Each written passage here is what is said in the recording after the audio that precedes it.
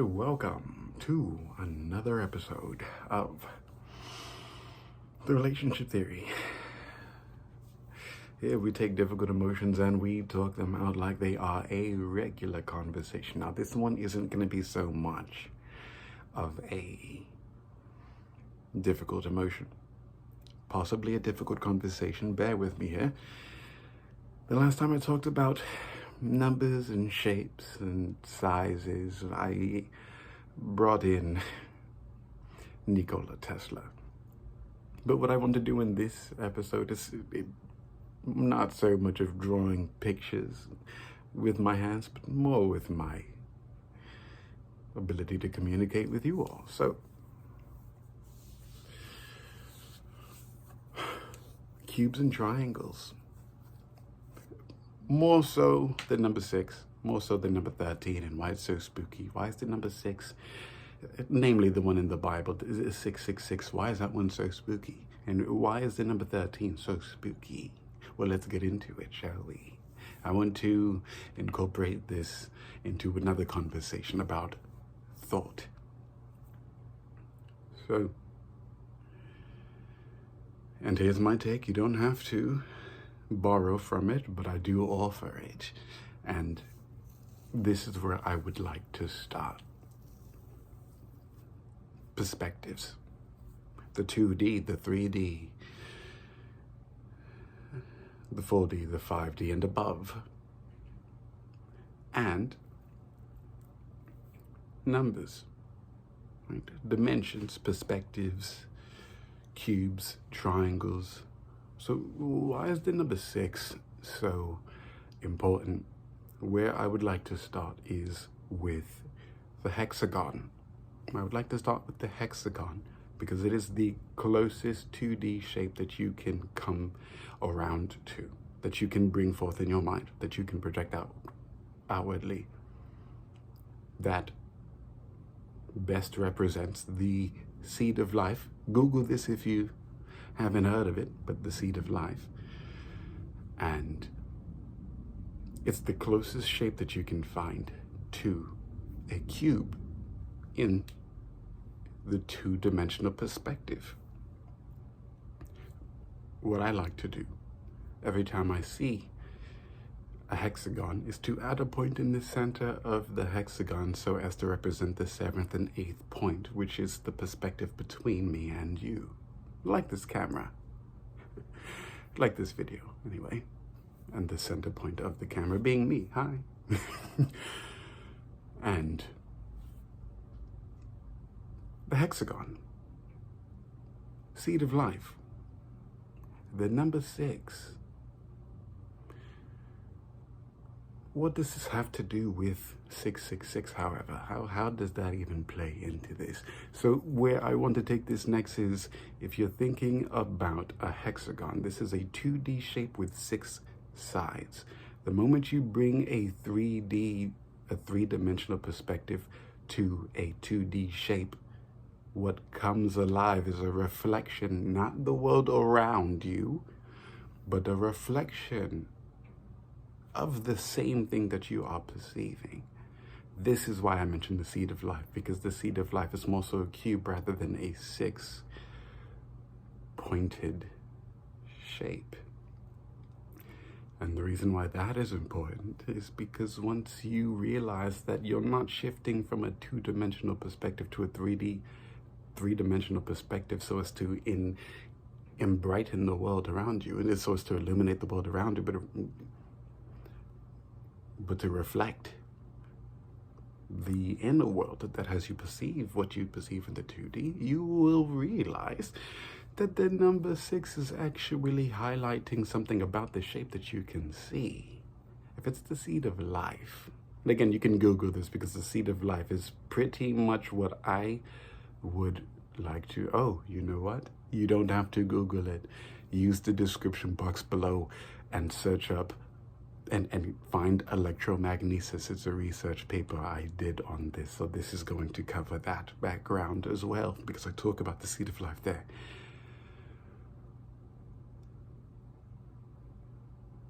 So as you read Electromagnesis, you will note that I pointed out the seed of life being the origin of thought. That's what the electromagnesis is going to cover. It's going to cover that origin of thought is going to come from a form that best represents every single thing that you and I will ever experience in this life called life.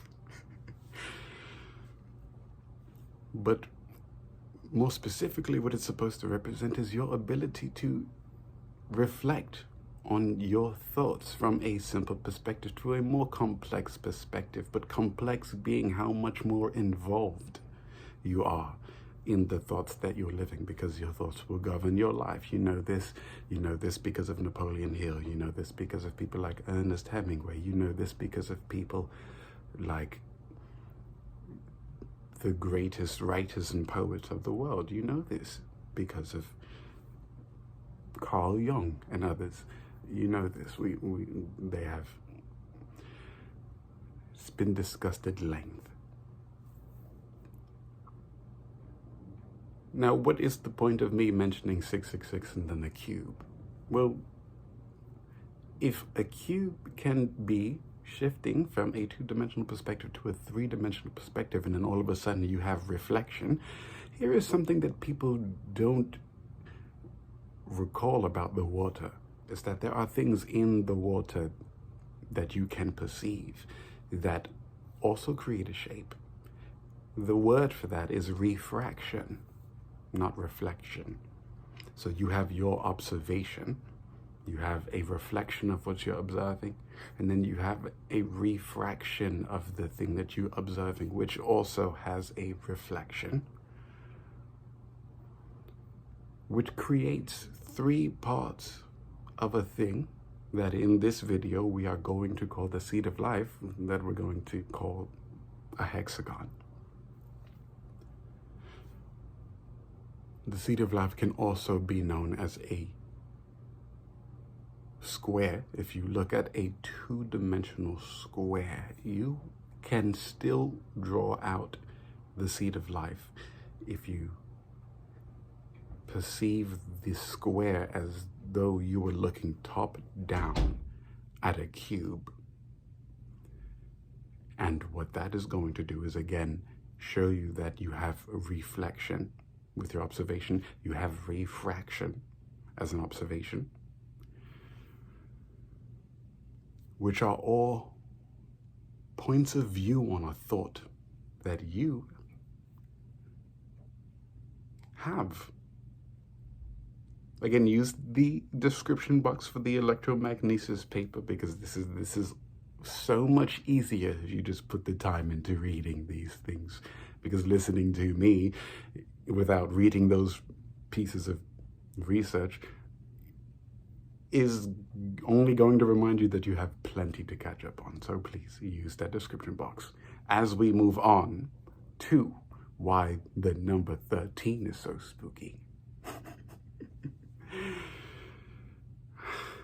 The reason why the number 13 is so spooky is because it is also a reminder of electromagnesis and the process that your thoughts go through to being what they are in your mind and in this body and in life in general, and how they play out in general.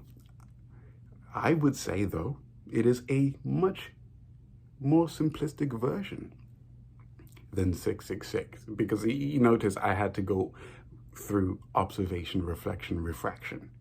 With the number 13, it's actually as simple as this. You can create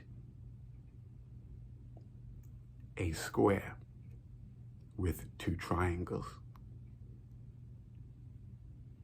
Two 90-degree triangles create a square, a two-dimensional square. One shape, three sides. Does that not sound like observation, reflection, and refraction? It's not a hint. It's the direct pathway to understanding why 13 is so spooky. Because you can, with one shape and three sides, create a two-dimensional perspective on something that has six sides. and the 7th and 8th point once you reference the seed of life, which all in all is really just communicating to you electromagnesis, which you should use the description box to go and read the free research paper. You don't have to buy my books. You don't have to buy You Are You, the Breakthrough Protocol, or the Phenomenon of Manifest. Excuse me, I'm doing a video. You don't have to purchase You don't have to purchase this research paper. It is the Phenomenon of Manifestation, the Breakthrough Protocol, and You Are You, in which you might have to purchase. So please use those. Use that description box. Because 13 might be spooky, but it is only referencing the very same thing that a cube is referencing, which is the process that your thoughts go through to manifest life in this reality. But then again, why would 13 be so spooky if all it is the way that you think about things? Well, it's not. I never said it was spooky. However,